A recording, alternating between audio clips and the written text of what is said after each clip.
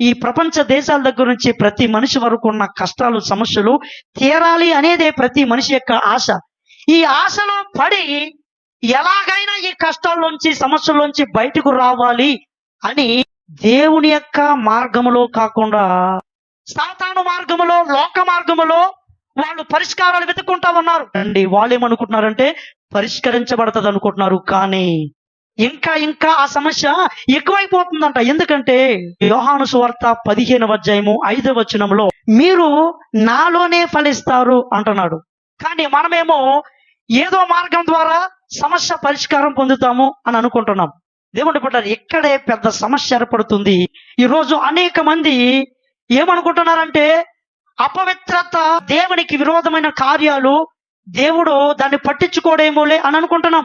ఈ ప్రపంచములో సమస్య రావడానికి కారణం ఏంటి? ఆదిలో ఈ లోకములోకి సమస్య రావడానికి కారణం ఏంటి? ప్రపంచంలో ప్రతి దేశము, రాష్ట్రము, ప్రతి ఇల్లు, ప్రతి మనిషికి సమస్యగా రావడానికి కారణం ఏంటంటే ప్రతి మనిషిలో అపవిత్రమైనది వచ్చేసింది.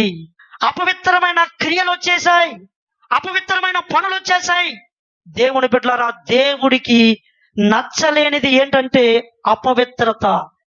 దేవుడు ఏమంటాడంటే నేను పరిశుద్ధుణ్ణి, కాబట్టి మీరు కూడా పరిశుద్ధులుగా ఉండాలి.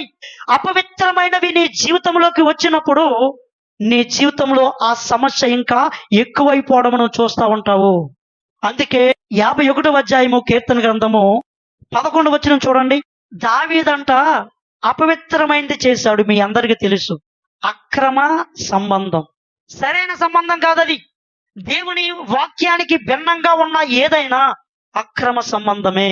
ఈ అక్రమ సంబంధము లేదంటే అక్రమమైన మార్గములో, తప్పుడు మార్గములో వెళ్ళేది ఏదైనా ఉంటే దేవుని యొక్క ఎడబాటు నీకు కలుగుతుంది.